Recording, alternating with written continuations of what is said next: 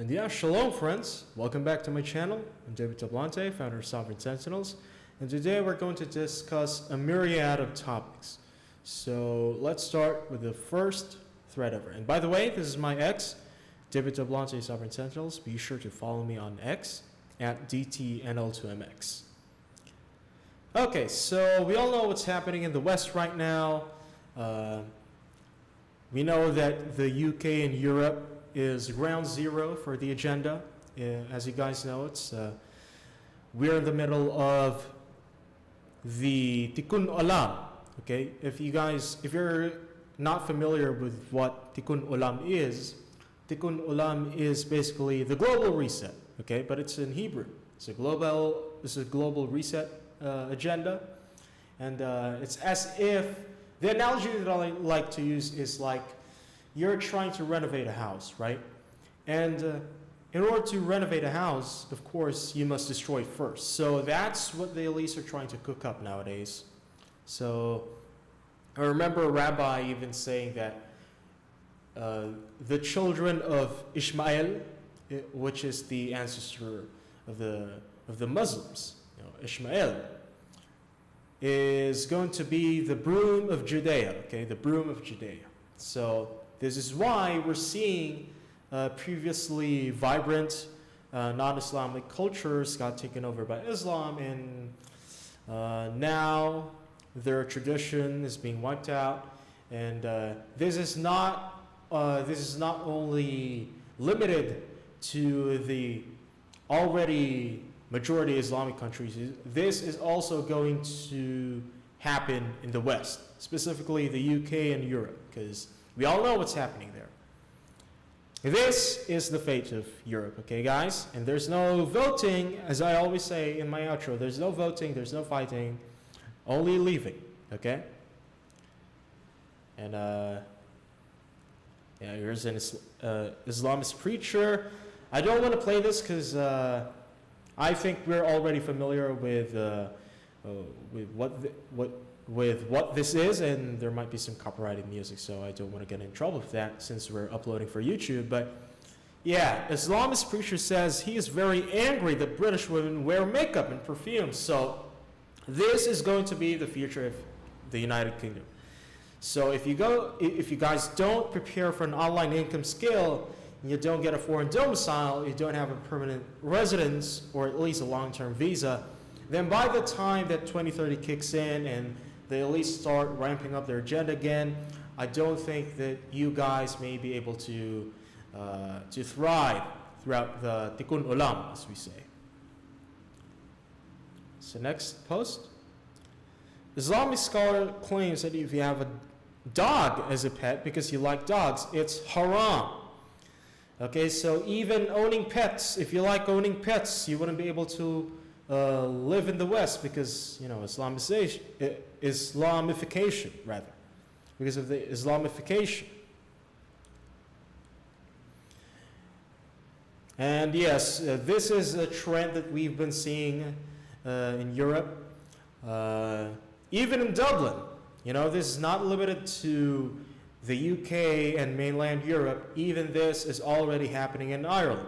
Now, I actually remember, maybe it was from Uberboyo or something, that famous YouTuber that likes to discuss about Nietzsche. He previously did an interview with Professor Jiang Xueqin, okay, and he mentioned something about the rich people, the oligarchy, getting funding from the European Union, and they're being paid millions of dollars to house these migrants, these illegal migrants, specifically of the Muslim background. So that's why we keep seeing this.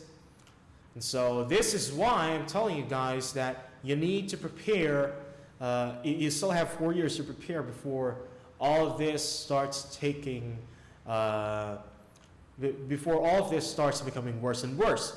Now, you guys might be still naive, you still might be brainwashed by nationalism, by patriotism. I'm telling you guys, the government and the ruling class do not care about you. You need to save yourself first, which is why Sovereign Sentinels is here, okay? We're going to teach you guys and help you guys, but then again, we cannot help you guys if you're not willing to help yourself. So you need to focus on getting your online income skill. Now, if you already have your online income skill, then I recommend that you deal with the 4 domicile strategy, okay? And the first one, as I've always talked about on X, the first one is the residence. The second one is the business domicile. The third one is the finance, and the fourth one is the passport. Now, obviously, if you're coming from the first world west, you might have a good passport, but like someday you'll need, or rather, before you get another passport, you should deal with the residence, the business, and the finance domicile first, because you already have a first world passport, so like traveling isn't really a problem per se, but like someday your home country might impose some totalitarian measures, something like increasing worldwide taxation or something. So someday you might have to switch citizenships. So you can get a passport from a country that still allows, visa-free travel to a lot of places, but without excessive taxation, or perhaps even zero or no global taxation.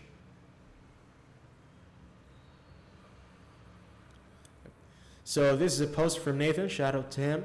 Brits work for 40 hours a week and still struggle to cover the basics. And yes, this is about the migrant hotels. Again, this is a coordinated effort by the Kabalim, from the Kabal word, which actually came from the Hebrew word Kabbalah, which is like the received esoteric teachings, okay? But arrive illegally and you're checked into a 4-star hotel with free meals and 0 expenses, okay? If you stay in the first world west, especially Europe and UK, you are paying for this, okay? And if you don't want to pay for this and to experience the repercussions of paying taxes that fund this, then you need to prepare before the last convergence ends. Now, I've discussed about the 5 stages of the end times in my intro video. The very first video that I uploaded is just a very short video that's going to tell you all the basic things, all the fundamental knowledge that you need to know as a Sovereign Sentinel, okay?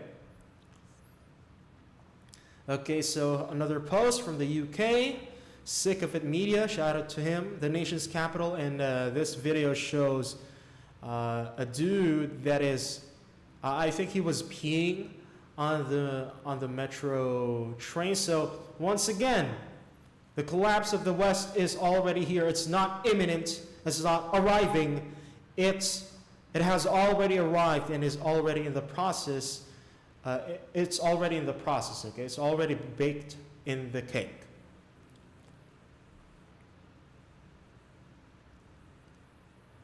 Okay, so this talks about the Club of Rome and Wake Awake Media. Okay, so they're talking about the depopulation agenda. Now, I don't think that the elites are going to be that successful with the depopulation agenda, since, most of the third world still have positive demographic growth. But I think they are succeeding quite a bit in the more developed areas of the third world. But I think 1 billion people, unless some drastic apocalyptic scenario happens, I don't think that this can be possible. But other than that, the first world west is going to be subjected to the global agenda, the Great Reset, as we like to call it, or Tikkun Olam. Okay, I like saying Tikkun Olam more than the reset, global reset agenda. It might trigger some unwanted attention and from the AI algorithm gods. Okay, so this. Shout out to Trad West, and he's discussing about the Crusades and how that a crusade might happen because, back in the day, hundreds of years ago, people have forgotten about the history of this, but Europe almost fell into Muslim rule right after the death of Muhammad. His successors tried to establish Khilafah, or the Caliphate, the Khalifa. They call it, they have multiple pronunciations for it, but I usually hear Khilafah. Okay, so they tried to establish the Muslim Caliphate over Europe, and they did succeed, as you see in this post. They did succeed with most of the Iberian Peninsula, but they're also referencing to the historical fact of the Reconquista. Okay, so the Reconquista is Spanish for reconquering. Okay, so the Christians got overwhelmed by the Muslim invaders, but then it took them hundreds of years to take back Muslim Spain, or Muslim Iberian Peninsula from the Muslims. Okay, and they're saying that, oh, it's the Crusades are going to happen again. I don't think, although as I've said in multiple instances of that Bible verse, the Ecclesiastes 1 verse 9, that's among the favorite verses. Okay, what has been done will be done again. What has happened will happen again. There is nothing new under the sun. Yeah, there is nothing new under the sun, but things can also change. Okay, both are true. Nothing is new under the sun, but there can also be innovation. Okay, and this time I don't think the people in the West will be able to effectively counter the Tikkun Olam, especially one of the fundamental, integral parts of the Tikkun Olam is the broom of Judea that's going to sweep across the Goyim, first world nations, that's going to sweep across Edom. Okay, the rabbis like to refer to the first world West as Edom, especially the United States. I don't think that resistance as strong as the Crusades will come about, because most of the men of first world West unfortunately have low testosterone, which has been engineered over the generations, with Monsanto and the other companies, other agricultural and food companies, tanking the testosterone levels of the people in the first world West.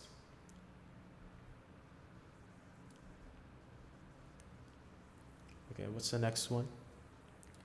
Is my webcam too small? Maybe I need to enlarge it a little bit. Okay.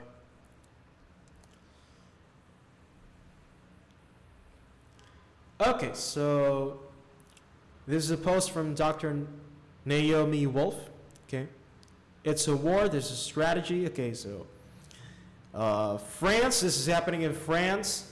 France streets or war zones. She was referring to a post by Islam Invasion. Okay, so yes, this is the future of the entire West, and this is not a fringe, talking point. You guys think that I'm the only one that's talking about the collapse of the West. Caleb Jones, another popular digital nomad content creator, or not really digital nomad per se. He was the one who popularized the 5 flags, or the 5 foreign domicile strategy. I shortened it into 4 flags, right? But Caleb Jones was already talking about this. He was way ahead of the curve. And a lot of some people listened to him, but ultimately people didn't really listen to him back then because he was so ahead of the time. And I don't think he uploads as frequently as he used to. But yeah, the collapse of the West is now very apparent. It's very obvious. And this is why I always tell you guys to prepare for your online income skill. Now, if you're already making 10, 20, 30K per month, especially after taxes, then I can help you get your foreign domicile here in the Philippines.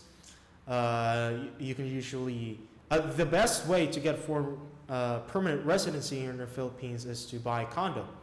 Now, there are tons of options, but unfortunately, a lot of those options are not as good as you might think. So before you do your purchase here, I recommend you that you contact me on X you can comment here on YouTube, and you can schedule a consultation call with me, okay? So you don't waste your time and your money. Wait, is this my home? Okay, so wait a minute, let me check. Okay, so I actually posted this thread a while ago, and before I talk about this, I'm gonna just read this thread real quick. It's not that long of a thread. And this was about tackling the limiting beliefs of those people who still think that doing the Exodus is not worth it or it's too much work. So here's what I said on this thread. I figured that a lot of you folks are struggling with starting and committing to Exodus. Exodus meaning get an online income skill, get a foreign domicile, like here in the Philippines, and leave the West. Because you're still brainwashed by patriotism, altruism, and asceticism. Patriotism. Your government and your country's ruling class never cared about you. The state deliberately mishandles taxpayer money because bureaucracies are corrupt and subject to entropy. The ruling class is too sheltered from what's going on, which explains why the ruling class is talking about tikkun olam and all this agenda bullshit. It's because they cannot see and feel the consequences of the actions. And even if they do have knowledge of the consequences, they don't care, because at the end of the day, they are the ruling class, okay? And there's no bitching, there's no whining, there's no moaning, there's no complaining your way out of this. You need to become the ruling class yourself if you want to protect yourself, okay? If you want to protect yourself against the consequences of the tikkun olam that the global elites, okay, the globalists want to do, okay? Altruism. The powers that be promote this because this is how they ensure that none of us become the ruling class. This is how they prevent elite overproduction, which is the primary source of elite infighting that they don't want. They want to keep everything to themselves. What do I mean by they want to keep everything to themselves? Okay, so throughout human history, the more elites there are, there is a bigger tendency to have what's called elite infighting. Okay, people think that civil wars, all of this is organic and grassroots. No, it's not. Civil wars and other major societal conflicts between two factions usually happen because there is elite overproduction, there is a socioeconomic mobility, and there is a power vacuum that exists. And once elite factions start to have diverging interests, that's where conflict happens. That's where famines, wars happen, or that's where black swan events come in and almost destroy a society. Okay, so you'll see that throughout history. Okay, and you need to prepare for that. And the only way to prepare for that is to become the ruling class yourself. Not like the top of the top ruling class, but relatively speaking, you're in the top 1%, if not top 0.1%. Okay, asceticism. They teach us that having ambition, enjoying the pleasures in life, such as making money, hyper-polygenizing, and etc., are all evil, and that we should be content on what we have and never desire and strive for more and better. So ascetic ideals, Ayn Rand and Friedrich Nietzsche talk about this a lot. This is the elite's way of saying, or this is the system's mechanism of making the NPCs stay as NPCs, okay? This is how they herd the sheep. Now, obviously, we don't want to be NPC Sheker Emet golems, rather. We don't want to stay and remain as NPC Sheker Emet golems, nor do we want to go back into that NPC state, which is why I always preach about collective improvement, not just self-improvement. I don't think self-improvement alone is enough. I think it needs to be collective improvement. I think that improvement and personal development or development in itself needs to be done on a collective, fraternal basis, okay? Only by being selfish can you eventually practice magnanimity or being generous. Only by being powerful can you practice and guarantee morality. We only have 4 years left before the gates start closing in. 2026 to 2030. I'm saying 2026 because we're already at the year end of 2025, okay? No voting, no fighting, only leaving. And yeah, you can go to my Gumroad. This is only the temporary website, okay? Because I'm still busy dealing with a lot of other stuff with my life, okay? So for now, it's going to be Gumroad. Once we get more traction and more followers and more support, more subscribers on our paid group, then yeah, I'm going to change this website to a more official looking one, okay? Okay, so this is another thread that I made earlier. Women, okay, we're gonna do a nerdy voice. Women must change, about feminism. Society is so gynocentric, everything is so anti-male. Men's rights, activism, yeah, MRA, red pill. Okay, so that's the nerd impression. And here's what I said in response to that. Women must change and about feminism, yeah. And then my response to that is, we cannot change society. We cannot change women. We can only change ourselves. The system is not broken, it's working exactly as it should. Enough with the autism, okay? I coined this word autism, you know, which rhymes with autism, okay? And it's because people like the ought, okay? They're always using the ought. Like, women should, women ought, society ought.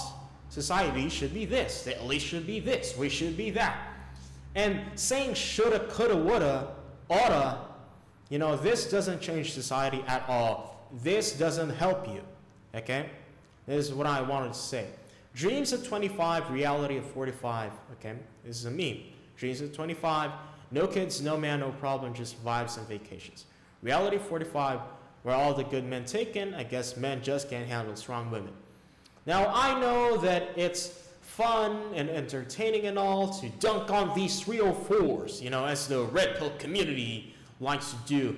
But unfortunately, we cannot change this, okay? This is why the elites are doing tikun ulam, because people are getting too entitled, especially the women, okay? People are getting too entitled, and this is why we cannot change, we cannot bring society back, okay? We can only take things forward, okay? And as I've said multiple times, we are already at the end of the Judean paradigm, okay? Yehudayah, where people still had hyperstition towards the Abrahamic moral values, the Abrahamic religions, okay? The Christian values, the Islamic values. Yeah, I know Islam is going to do a takeover, but what happens after they've succeeded with the takeover of the West?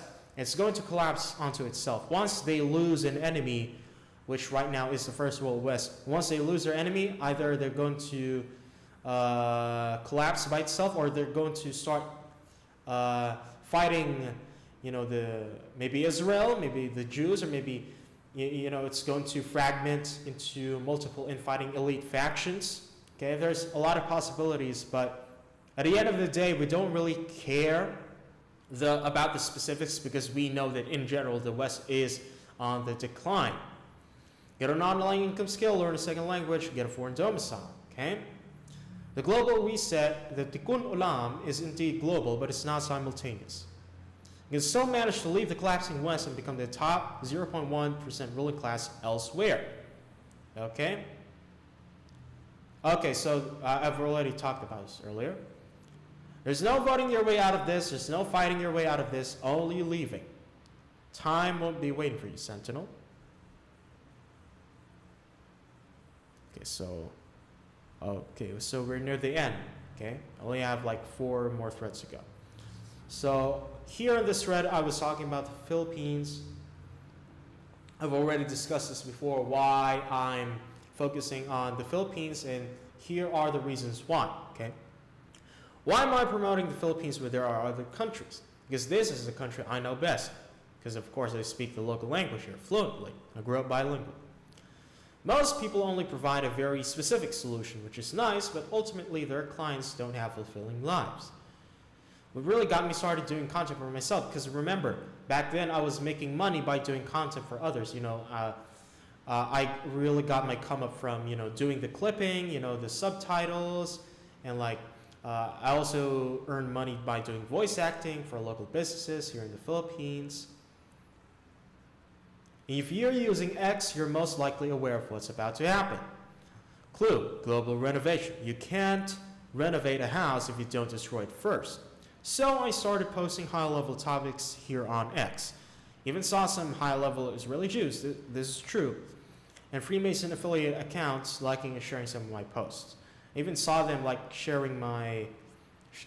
and sharing my meme, I'm sure you guys have seen that post that I frequently use on my X. This is the Shalom friends, and there's the Kabbalit and the Masonit. Those are like my OCs, like the anime waifu girl meme of the Kabbalistic anime girl doing thumbs up and the cat cute face, the cat mouth, and Masonit doing the same Shalom friends post. So I realized that I must branch out. I know that there will be an increase in demand about content on leaving the West, how to self-improve, yes, I'm just using the term self-improvement because that's what the popular term is. Collective improvement is not as used. But usually when I say self-improvement, I also mean collective improvement, okay? How to survive the collapse of the West, how to date women outside the West, etc. Of course, the Philippines is not perfect, as all countries aren't perfect. Combined with a structurally small and underfunded government and the apathy of the elites, this is what makes this country a great foreign domicile. The pretty women are gate-kept too. Okay, so there's this reputation about the Philippines having nothing but ugly women, which is not true. And partly the reason for this, besides the fact that the pretty women here are gate-kept, I've already talked about this. The mestizas, usually the pretty women here are the mestizas, the chinitas, and there are some native Austronesian beautiful women, the high-value women that are genetically Austronesian, but those types of women are very, very rare, so they get scooped up immediately by the elites, okay? That's why we only see, that's why they're so rare, okay? Society here is still feudal, and already in some senses, neo-feudal. It's not as developed, which means it's a lesser priority for Tikkun Olam, because the West is ground zero for Tikkun Olam, okay? That's why I keep hearkening back to the story of Joseph the Dreamer at the very end of Genesis and Exodus, okay? Because that's what's going to happen to you guys in the First World West. Your governments will become increasingly totalitarian, increasingly more communistic, okay? And by the time that Tikkun Olam fully kicks in, it's already going to be too late. You're going to wish that you listen to me and apply the things that I've taught you here, okay? Women still see, in the Philippines, real scarcity and poverty, which keeps them feminine and immune to feminist indoctrination. Yeah, they're not completely immune, but compared to the women in the First World West, they're still not as indoctrinated, which is a good thing, especially if you want to date high-value women, especially if you want a girlfriend and eventually a wife. So that's why you need to consider the Philippines, okay? That's what gives me the conviction that this is the place for you to establish your first domicile, okay? Okay, so, but as always, our real goal is to become the top 0.1% ruling class. The Philippines is just our first step, our tutorial level perhaps. This is my vision as the founder of Sovereign Sentinels, a real brotherhood, a fraternity that addresses the needs and desires of red pillow wear men in the 21st century. Power is creating a desired outcome and destroying an undesired outcome. And I've already discussed about this on X, but I haven't discussed. Well, I think I've already discussed this on my intro video, but it was only for a short amount of time. So where I get this power is creating a desired outcome and destroying an undesired outcome is from the Tagalog word kapangyarihan. Okay, in Tagalog, in the Tagalog language, power is translated as kapangyarihan. Okay, and the root word of kapangyarihan is yari, yari, and that root word yari actually has multiple meanings and even multiple inflections depending on the context. Okay, so yari means event, okay, or happening, but we don't use it as the root word. Okay, we conjugate it. So pangyayari, when we say pangyayari, it means event. When we say mangyayari, it means it's going to happen. Okay, it's going to happen. But yari in itself means what something is made of. What something is, what this certain material is made of. So it's made of wood. Yari sa kahoy. Okay, wood, kahoy. It's made of something. So it has to do something with creation. And the other context is yari. Yari. Well, we don't pronounce it as yari, although that was the original pronunciation. We Filipinos usually pronounce it as yari, yari with an E instead of an I. Okay, yari. And it has something to do with destruction, destroying someone, or even fucking someone up. It depends on the context. This yari word has multiple uses, okay? So people here, Filipinos, just take their language for granted, but actually there's a lot of wisdom in our language, okay? Our ancestors knew the secrets of the universe, because they use the word yari as the root word for power, okay, which is kapangyarihan. Okay, so in essence, we can, by analyzing and studying the etymology, okay, and how the word kapangyarihan was formed, which means power, okay, which means power in the Tagalog language, we can say that power is creating a desired outcome and destroying an undesired outcome. So how do we use this as an example? Okay, power is creating a desired outcome. You want to make money. Okay, you want to make 10K, 20K, 30K, 50, 100K per month after taxes, or even net income after expenses, right? And if you're able to create that desired outcome, that is power. And destroying an undesired outcome. So what are you destroying? Okay, what is that undesired outcome, so to speak, that you're destroying?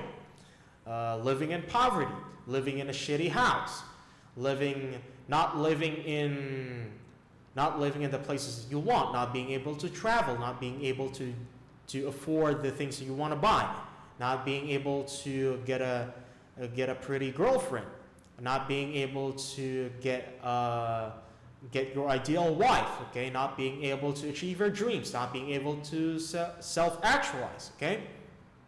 So you're destroying the undesired outcome of you living and dying as a total loser, okay? So if you're able to destroy that undesired outcome and create your desired outcome, that is the definition of power, okay? I don't care about other definitions out there. In Sovereign Sentinels, power is creating a desired outcome and destroying an undesired outcome. Okay, so I saw a comment from MLD's video, and it reminded me of how game works here in the Philippines. I just wanted to clear out any misconceptions about social circle. Okay, so somebody commented on MLD's video, what if I get a girl through my dog? Does that count as game? I hate approaching, okay? And then I commented back, approaching is the bread and butter of attaining hyperpolygyny. John has stated this multiple times. Social circle works, but you need to get good with cold or warm approach first anyway. You cannot skip the hard work. It's like wanting to have a great physique, but without eating the right food and not going to the gym. You just simply can't. Even steroids in itself can't get you the desired outcome, okay? Okay, so I talked about why social circle is the primary method of acquisition for hyperpolygynizing. And I have spoken against cold approach, but that's because when people think of cold approach, people just think that, just cold approach the woman whenever you see them, wherever you see them.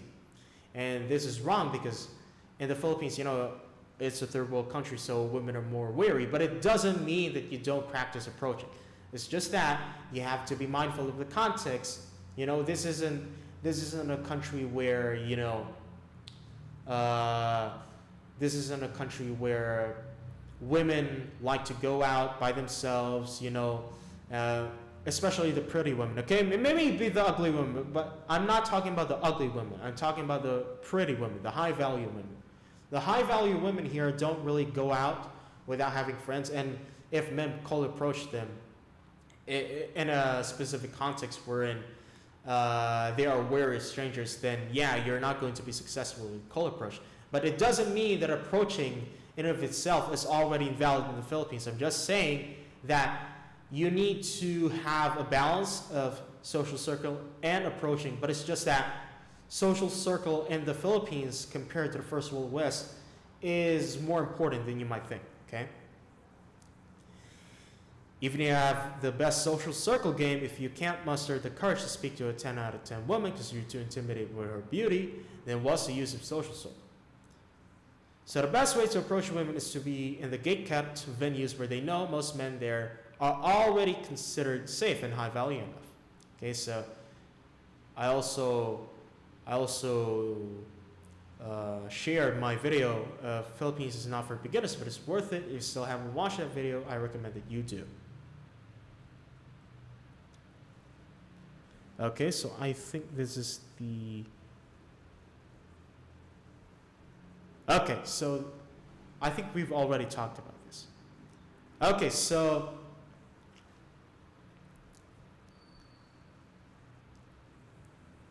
Okay, so once again, 2026 to 2030, we're already at the year end of 2025. And you have 4 years left, Sentinel. As I always say on my X threads, there's no voting, there's no fighting, there's no leaving. Okay? And before you go, please be sure to check out sovereignsentinels.com. Once again, this is David Tablante. Thank you guys for watching. No voting, no fighting, only leaving. Thanks, guys.